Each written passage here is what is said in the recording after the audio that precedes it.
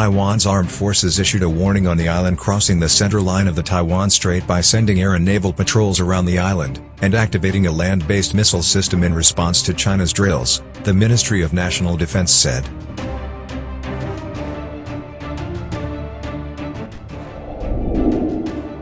Taiwan said on Saturday, August 8, 2022 that China's military exercises appeared to simulate an attack on the self-governing island, and began to tense up after U.S. House Speaker Nancy Pelosi's visit to Taipei angered Beijing.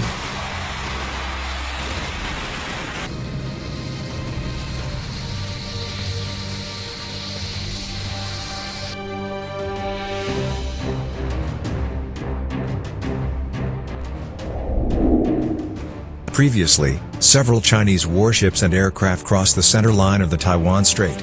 As of 1700 hours local time, 20 Chinese aircraft and 14 ships were still carrying out sea and air exercises around the Taiwan Strait, he said.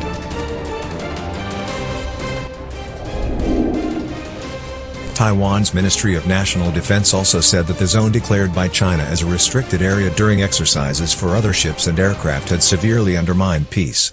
It emphasizes that Taiwan's military is not seeking war, but will prepare and respond accordingly. Iraq, Syria or Afghanistan. We will not allow any foreign...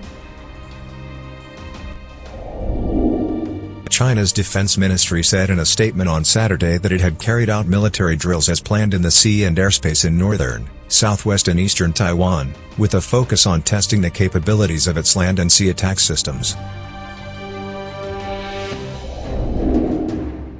China launched live-fire military drills after Pelosi's trip to Taiwan earlier this week, saying it violated its One China policy.